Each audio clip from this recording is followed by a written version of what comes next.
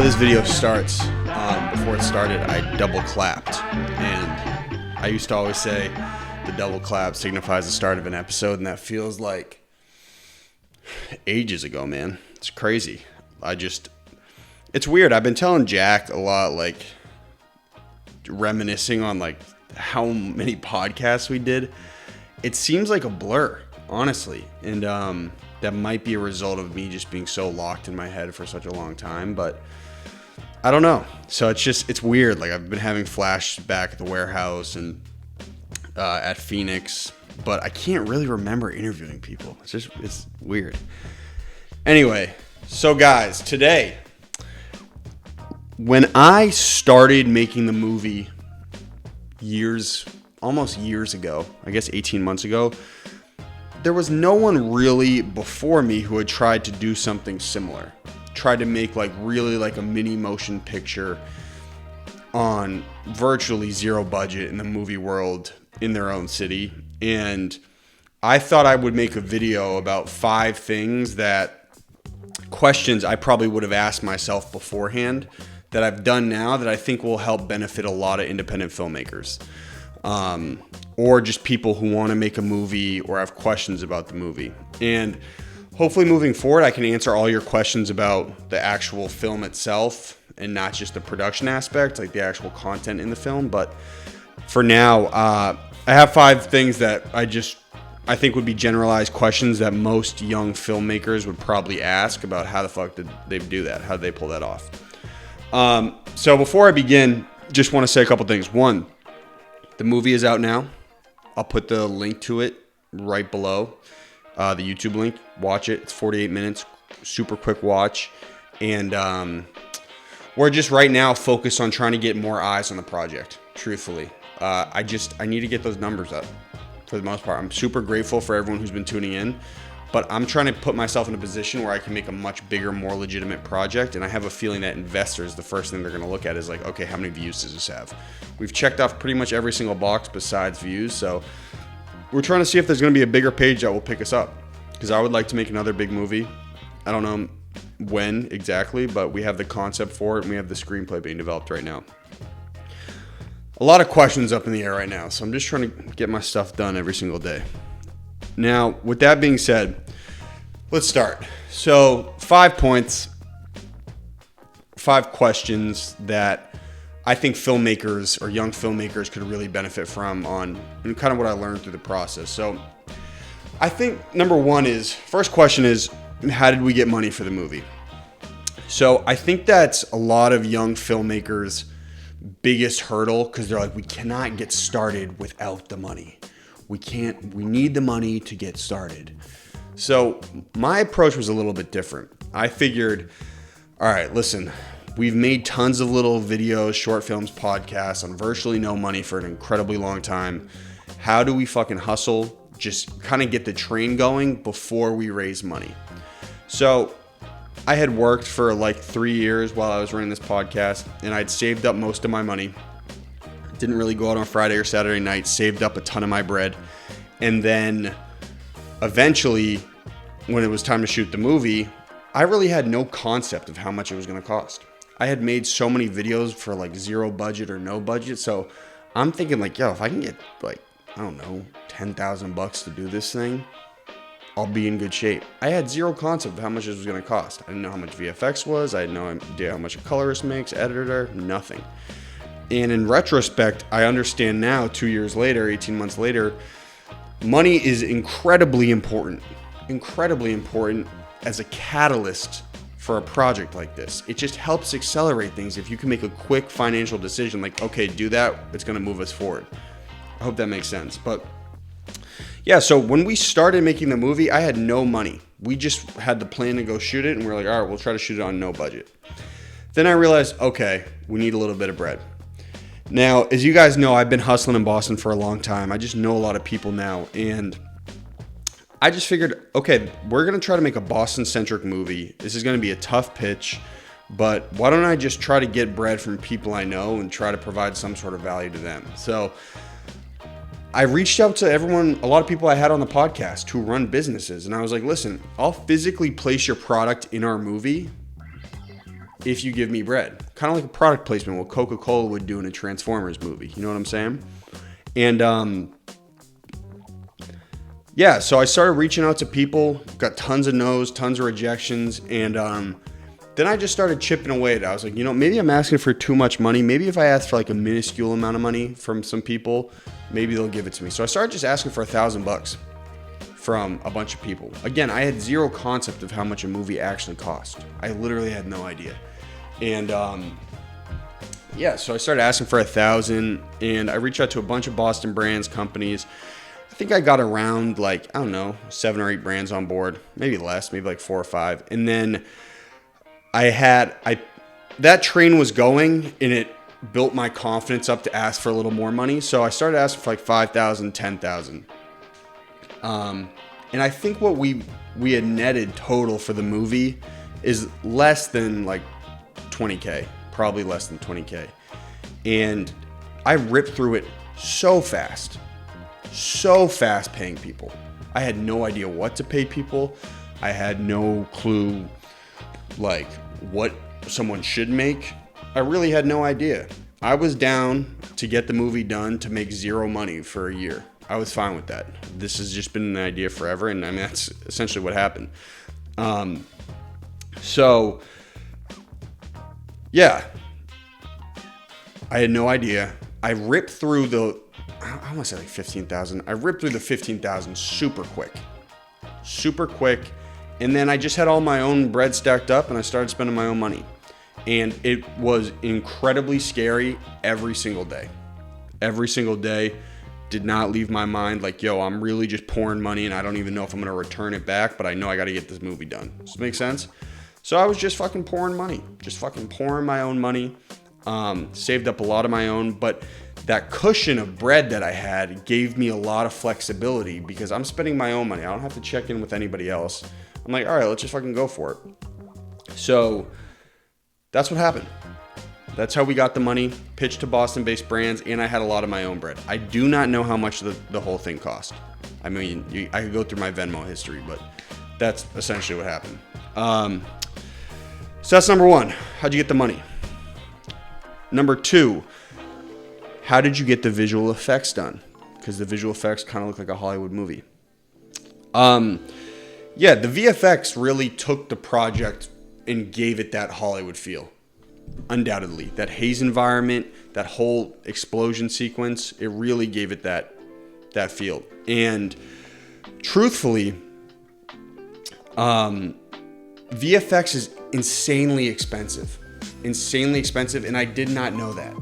So when we had started, I knew one VFX artist, and I'm just learning as I go here, like how much does the stuff cost? How do they work? It's an hour by hour basis. Okay, cool. And soon I'm learning like, okay, these dudes make like $1,000 a day. These VFX artists, I don't have that type of bread. How do I get this done? And so what I realized soon was, one, destruction visual effects are the hardest and most comprehensive types of visual effects because you have to dissect every frame like very small. Then I learned, okay, all these VFX artists, they get into visual effects because they have a love for sci-fi and VFX movies. No VFX artists get into the game because they're like, all right, I want to work on Bank of America commercials or Fidelity commercials. So what I soon learned is like, oh shit, these dudes never get a movie pitched to them, especially in Boston and smaller market cities. They all want to work on movies, but they've never had the opportunity.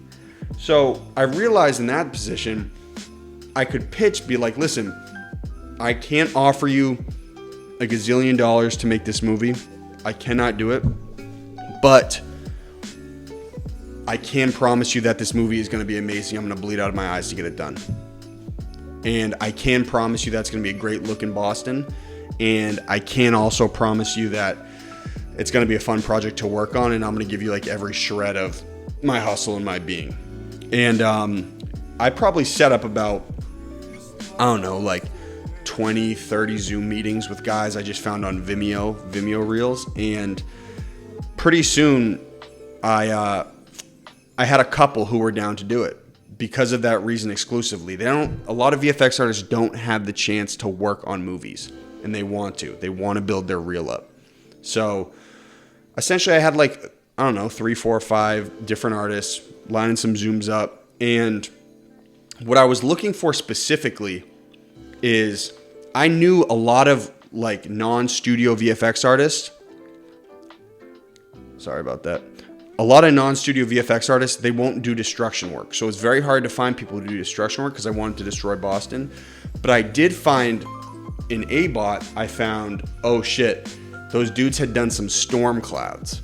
And I knew I needed a fog or a haze. And I was like, okay, there might be a little bit of relevance there. Hope that makes sense. And so that's what we did. Me and Alex kind of just went back and forth for a while and kicked it off, and now we're boys. It was awesome. It worked out. And yeah, so for any young filmmakers or people who are trying to get good VFX artists to work with them, just know that all these dudes want to work on movies, but they don't necessarily have the opportunity to. So why would working on this project for less than their normal rate, why would it be a good idea for them? Okay. Number 3, how did you get onto a streaming service? Because rewind. Number 3, how did you get onto a streaming service? Now, a streaming service, just that connotation, hey, our movie is on a streaming service, is a great look. You know what I'm saying? It's fire. That's the pinnacle of where you want to bring your content, is onto a streaming service. Now, truthfully, that was never my intention. But this is what happened. It was always my goal. Let me preface by saying this. Our movie was picked up by Showcase Now, the streaming service and app that Showcase Cinemas provides. Our movie was also in Showcase Cinemas. It was streaming theatrically. Now, the question was, how did you get onto a streaming service? So I knew all along with the movie that I wanted to get it in. I wanted to sell at the biggest theater downtown, and I wanted to get it into 20 more theaters. I missed my mark on the 20 theaters because along the way I learned that theaters were not a great look. Anyway, so while we were producing the movie, I was trying to get in touch with all these head of programmings at these big theater companies. AMC, Showcase, Regal. You guys remember I had the guy at Regal on the podcast. I had the guy on the AMC board on the podcast. And I learned that Showcase was a Massachusetts-based company. So I started emailing their CEO and COO and couldn't get a hold of them. Eventually, I met their head of programming over there, and they were excited because they're a Massachusetts-based company. They're like, oh shit, someone in our city is making a movie? That's awesome. So I, just being the persistent psycho I am, I just fucking kept in touch with them. Just kept in touch with all these people while we were producing the movie. And I invited all of them to the premiere as well. So the rep over at Showcase was going to come, couldn't make it, but I had met with him over the summer when the movie was almost finalized. So I had met with him in person at one point. And yeah, I kept in contact with them. Then they had heard about the premiere, and after they heard about the premiere, they're like, okay, you want to get into our theaters? Because I called him right after the premiere. I'm like, hey, I'm trying to get in your theaters. Excuse me. He says, okay, we'll set up a screener. So essentially we pitched our movie to them. We showed up at one of their theaters. We played it. They came out and said they liked the project, but because the length is shorter, 48 to 54 minutes, they were like, we don't really think this is a good look for theaters because it's short. And people, when they show up to movie theaters, they just want to sit in their theater and just enjoy themselves for 90 minutes to 120 minutes. So they said, but we do have a streaming service. We have an app we started up in COVID. Would you like to put the project on that? And I was like, 100% bet. Let's do that. So that's how that happened. The theater company coincidentally had a streamer. But what I will tell you guys is this whole time people have been saying, yo, you should make your movie 80 minutes, make it 120 minutes. No.